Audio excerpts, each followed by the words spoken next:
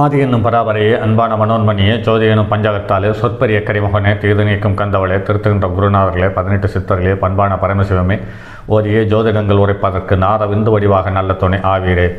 உலகத்தில் உள்ள தமிழ் பேசும் அனைத்து நல் உள்ளங்களுக்கும் மற்றும் ஜோதிட சார்ந்தவர்களுக்கும் மூத்தவர்களுக்கும் ஆர்வலர்களுக்கும் மற்றும் இந்த காணொலியை காணும் உங்களுக்கும் அஸ்ட்ரோராஜின் இனிய நல்வணக்கங்கள்.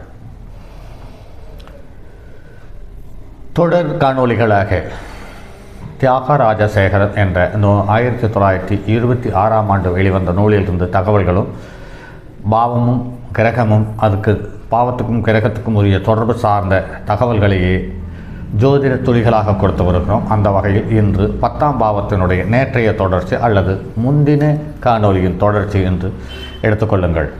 10ஆம் இடத்தில் இருந்த கிரகங்கள் சார்ந்த தகவலை சொல்லி பேசி வருகிறோம்.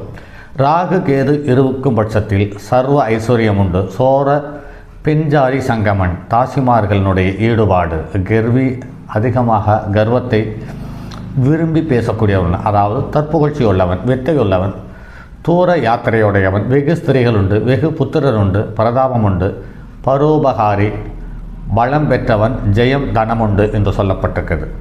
சந்திராலக்கணத்திற்கு 10ல் சூரியன் இருந்தால் ராஜபையன் புத்திரரால் பலனை அனுபவிப்பான். சந்திரன் இருந்தால் அழகு தனமுடையவன். செவ்வாய் நின்றால் கோவி பூசிதமுள்ளவன். புதன் என்றால் தூர தேசங்களில் கல்வி பிரியனாகவும் துர்த்தனமாகவும் பண்ணுவான் என்று சொல்லப்பட்டிருக்கிறது.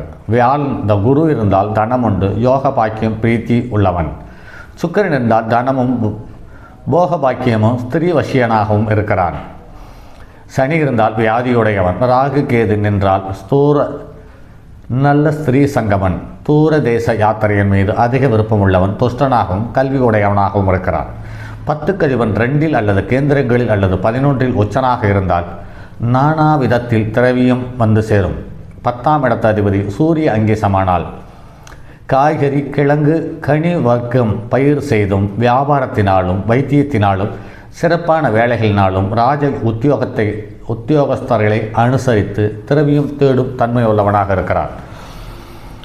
சந்திரன் அங்கேசமானால் வஸ்திரங்கள் வியாபாரம் செய்வதன் மூலமும் ஸ்திரீ தொழிலும் வீடு கட்ட சிற்ப தொழிலும் வியாபாரம் செய்தலும் மூலமாகவும் திரவியம் தேடக்கூடிய தன்மையுள்ளவனாக இருக்கிறார்.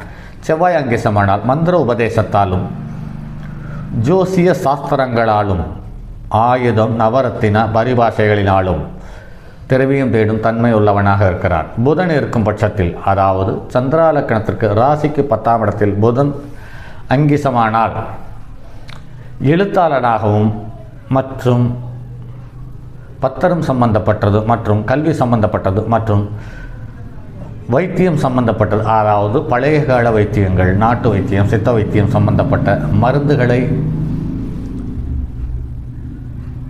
தயார் செய்து அல்லது விற்பனை செய்து ஜீவனம் பண்ணுகிறான் என்பது ஔஷதம் என்று இதை சொல்லுவார்கள். இந்த புதன் ஔஷதத்துக்கு காரகத்துவம் கொண்டவனாக இருக்கிறான். அதனால் புதனுடைய காரகத்துவம் சம்பந்தப்பட்ட தகவல்களோடு அவன் திரவியம் தேடுவான் என்று சொல்லப்பட்டிருக்கிறது. குரு அங்கிசமானால் சிவ பூஜையினாலும் ராஜாவினால் ஆகிலும் திரவியம் தேடுவான் என்று சொல்லப்பட்டிருக்கிறது.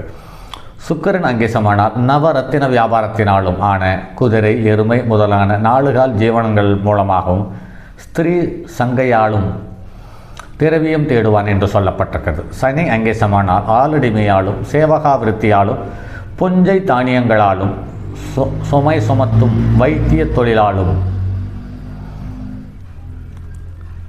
திரவியம் தேடுவான் என்று சொல்லப்பட்டிருக்கிறது.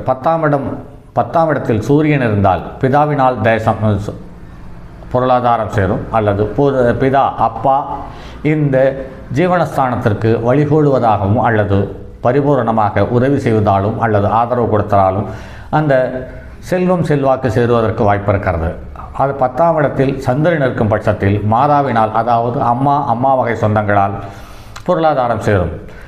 செவ்வாய் நெற்கில் சகோதரத்தினாலும் அதே சமயத்தில் தன்னை விட இளையவர்கள் ஆண்மகன்கள் மூலமாகவும் இளைய நண்பர்கள் மூலமாகவும் மாமன் வைத்துனர் மூலமாகவும் சத்துருக்களாலும் பொருள் சேருவதற்கு வாய்ப்பு இருக்கிறது. புதன் இருக்கும் பட்சத்தில் மாமன் மைத்துனர்கள் மற்றும் தாய்வழி சொந்தங்களின் மூலம் திரவியம் சேருவதற்கு வாய்ப்பு இருக்கிறது. குரு இருக்கும் பட்சத்தில் புத்திரனாலும் குருமார்களாலும் ஆசிரியர்களாலும் தன்னை விட வயதில் மொத்த ஒழுக்கமுள்ள பெரியோர்கள் மூலமாகவும் பொருளாதாரம் சேருவதற்கு வாய்ப்பு இருக்கிறது. சுக்கிரன் இருக்கும் பட்சத்தில் ஸ்திரீயால் திரவியம் சேரும், அது வண்டி வாகனம் போக்குவரத்து சம்பந்தப்பட்டதால் மற்றும் கமிஷன் பேசிக், அதாவது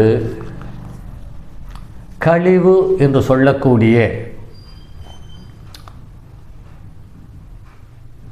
வகையில், அதாவது கமிஷன் வகையில் என்று சொல்லப்பட்டிருக்கிறது. அதுதான் தமிழில் முயற்சி செய்து முடியவில்லை. அதன் மூலமாக பொருளாதாரம் சேருவதற்கு வாய்ப்பு இருக்கிறது. சனி நெற்கீழ், ஆளடிமை பண்ணை கீர்த்தியாக இருப்பான். பத்தக்க அதிபன் சரராசியில் இருந்தால் பிரதேசங்களில் போய் திறமையும் தேடுவான். ஸ்திர ராசியாக இருக்கும் பட்சத்தில் தன்னுடைய தேசத்திலேயே திறமையும் தேடுவான். உபயராசியில் இருக்கும் போது தன்னுடைய தேசத்திலும் பிற தேசத்திலும் அலைந்து திரிந்து திரவியம் தேடுவான். அப்பொருளாதாரம் சேருகிறது. 10ல் சுபக்கிரகம் இருந்து நட்பு ஆட்சி உச்சமானால் தனவான் கீர்த்திமான். உபயமாகில் வித்தையுண்டு, புத்திமான், தர்மவான், மோட்சம் உண்டு. 2, 7, 10 கதிபர்கள் மூவரும் ஒரு ராசியில் இருக்கும் பட்சத்தில் வெகு ஜனங்களை வென்ற ஜெயம் பண்ணி பேர் வாங்குவான், யோகவானாக இருப்பான் என்று சொல்லப்பட்டிருக்கிறது. சூரியன், செவ்வாய், சந்திரன் கேந்திரங்களில் இருக்க சுபக்கிரகங்கள் 6, 8, 12இல் மறைந்திருக்கும் பட்சத்தில் இவர்களுடைய சொத்து சேரும். ஆனால் இவர்களுக்கு உபயோகம் இல்லாமல் போய்விடுகிறது என்பது நடைமுறையில் காண முடிகிறது. சரி நண்பர்களே, மற்றும் அடுத்ததொரு பதிவில் சந்திப்போம். அதுவரை உங்களிடமிருந்து விடைபெறுவது உங்கள் அன்பு நண்பன் எம் ராஜரத்தினம். என்னுடைய அலைபேசி எண் 978897299999 மற்றும் ஒரு எண் 9791119649. இந்த நீங்கள் காணும் இந்த காணொளிகளை தொடர்ந்து என்னோடு பயணிங்கள். புது புது தகவல்கள், ஆனால் பழைய தகவல்கள் உங்களுக்கு புதிதாக தோன்றும். அந்த தகவல் நடைமுறைகள் ஒத்துப்போகக்கூடிய தகவலாக இருக்கும் என்பதில் மாற்று கருத்தில்லை. சரி நண்பர்கள், மற்றும் அடுத்ததொரு பதிவில் சந்திப்போம். தங்கமான் மழுவோடேந்தி தன்மதி தலையில் கொண்டோன் மங்கையர் பறிக்கச் சொன்ன மாமொழி ஜோதிடத்தை இங்கு யாம் உரைப்பதற்கோர் இமை என்னும் பிள்ளை வராமல் காக்க செங்கன்மால் மருகன் யாரை சரண் பதம் காப்பதாமே.